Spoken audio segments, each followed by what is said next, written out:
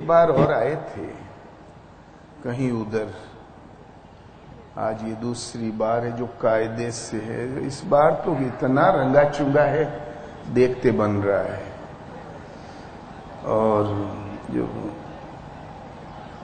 और बच्चों ने आरंभ में भजन बहुत अच्छा सुनाया। गुरु महाराज के समय में डॉक्टर राम कुमार बर्मन जी और काफी लोग आया जाया करते थे।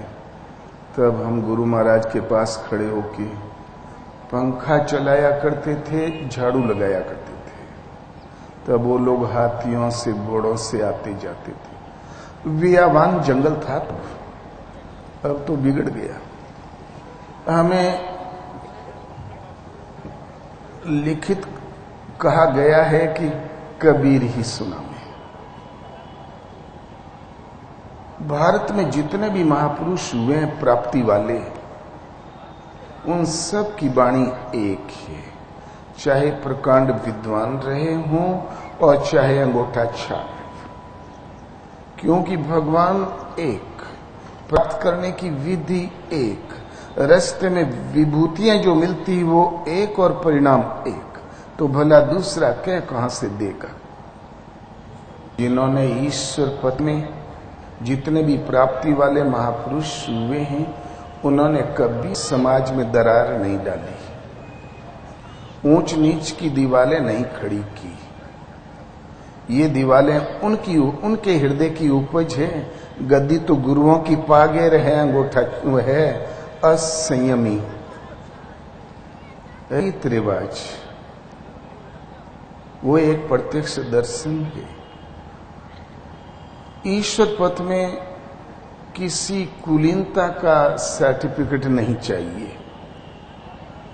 कुलीन भी हुए और जो फुटपाथ पर फेंके मिले वो भी चोटी के महापुरुष हो गए। श्रृंगी ऋषि मृगों के झुंड में पड़े मिले थे। भरद्वाज ऋषि एक नवजात शिशु बक्से में बैठा हुआ मिला। वरुण ने पाला। वरुण उस टाइम केवट की कलान थी। महाराजा भरत ने गोद लिया। अपने बच्चों को अयोग्य समझा, 9 या 12 थे, और उसको होनहार समझा, अभिषेक किया, राज्याभिषेक भी किया, किंतु सब कुछ छोड़कर चले आए, संत हो गए। भरद्वाज ऋषि आपके प्रयाग के सर्वोपरि महापुरुष हुए थे। बगैर भोजन की अगवानी कर दी भरत की। ये पावन तीर्थ में और सर्वोपरि किसी महापुरुष का उल्लेख है तो उनका। हनुमान, वशिष्ठ, विश्वामित्र, परशुराम, वेद व्यास, सुखदेव, नारद, सब कहीं का ईंटा कहीं का रोड़ा, लेकिन ब्रह्म ऋषि भी। ठीक इसी प्रकार संत कबीर, काशी नगरी में एक लहर तालाब है, वहां फेंका हुआ एक नवजात शिशु मिला। नीरू जुलाहा और नीमा माता उधर से निकली। उनके कोई संतान नहीं थी। ची ची सुनाई पड़ी बच्चे का रुदन। बहुत खुश हुए, उठा लिया, बड़े सने से पाला। भारतीय मर्यादा, भारतीय परंपरा के अनुसार कहीं हरिजनों में, कहीं चमरोटी में वो जन्म लेता तो फेंकने का प्रश्न ही था, क्योंकि वैद्य है। बच्चा तो बच्चा, लगता किसी सुलक्षणा से ऊंचे खाले पांव पड़ गया। लोक मर्यादा के लिए माता कुंती को कर्ण बहाना पड़ा। किसी ने बहा दिया, पाल पोस के बड़ा हुआ, कुरान से उसका नाम रखा कबीर। लेकिन लड़के ने जब बहुत संभाला तो मंदिर मंदिर लगा घूमने। आस्ते आस्ते फिर जब वास नहीं मिला तो संतों की कुटीर पर जाने लगा, इस कुटिया से उस कुटिया। स्वामी रामानंद जी की आश्रम में उन्हें कबीर का मन लगने लगा, बहुत प्यारा लगा। रोज जाके वहां खड़ा हो जाए, लोग झिड़क के भगा दें, जुलाहा बड़ा ढीठ है, जब देखो तब यहां दरवाजे से चिपका मिलता है, भाग भाग यहां से। तब कबीर ने देखा गुरुदेव की दिनचर्या क्या है, तो सुबह ब्रह्म बेला में गंगा अवगाहन करने जाते हैं। इन सीढ़ियों से उतरकर रात को 4 ही बजे वो सीढ़िया में लेट गया। गुरुदेव जब आए, चरण पड़ा पेट पर, तो झुक के उठाते हुए बोले, बेटा राम राम कहो, बेटा राम राम कहो। हाँ गुरु महाराज, राम राम गुरु महाराज, राम राम। मंत्र पागे।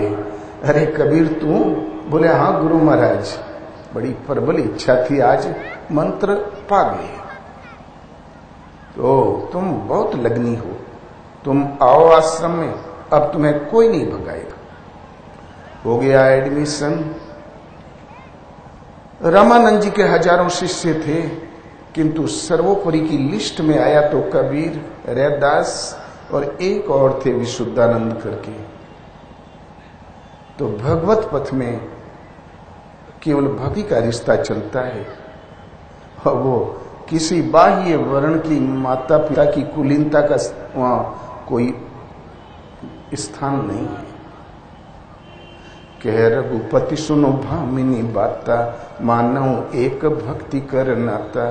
सबरी ने कहा प्रभु मैं अधम कोल किरात, अधम से अधम अधम यति नारी, तिन में मैं मति मंद अगारी। अधम कोल किरात, उससे भी अधम हूं नारी, उससे भी अधम हूं मति मंद। भगवान ने कहा कह रघुपति सुनो भामिनी बाता, मानव एक भक्ति कर नाता। मैं केवल हे सबरी केवल भक्ति का रिश्ता मानता हूं। भक्ति के 9 कर्मोन्नत सोपान है, एक जिसके पास है वो मुझे प्राणों के समान प्यारा है। सकल प्रकार भक्ति दृढ़ तोरे, सभी विधियों से भक्ति तुम्हारे पास परिपूर्ण है, तुम मेरे धाम जाओ। कबीर को गुरु महाराज मिल गए। कबीर सर्वोपरि निकले। कबीर ने अपने जो कुछ हृदय में उपलब्धि की थी, उनके चिंतन का नाम राम था, उनके आराध्य राम थे। कबीर एक सगुण उपासक थे। तो जीव शिव सब प्रगटे, वे ठाकुर वे दास। कबीर और जाने नहीं, एक राम नाम की आस। इधर अपार जीवों की श्रृंखला, इधर शिव कल्याण तत्व की मान्यता। कबीर और जाने नहीं, एक राम नाम की आस। आशावान है तो राम नाम से, जे जन भीजे राम रस। विकसित कबहु न रूख, अनुभव भावन दर्शिए। ते नर सुख न दुख। जो कोई भी जन राम के रस में सराबोर हो गया, भिन गया, वो सदा विकसित रहता है, कबहु न रूख। उसके जीवन में उदासी कभी आती ही नहीं। किंतु क्या प्रमाण है कि हम राम रस में सराबोर है? तो अनुभव भावन दर्शिए, ते नर सुख न दुख। हमारे भावों के प्रवाह के साथ अनुभव न दिखाई पड़े तो उस नर के लिए न सुख है और न दुख है। भव कहते हैं संसार को, अन कहते हैं अतीत को। संसार से अतीत करने वाली विशेष जागृति जिसका नाम है अनुभव, वो है जिस परमात्मा की हमें चाह है, जिस सत्य पर हम बैठे हैं। हमारी पुकार ऐसी हो, प्रभु उतर आए, आत्मा से अभिन्न होकर खड़े हो जाएं और हमारे संकल्प की लहर के साथ रोकथाम करे। बेटा अब गलत चिंतन, अब सही, इधर चल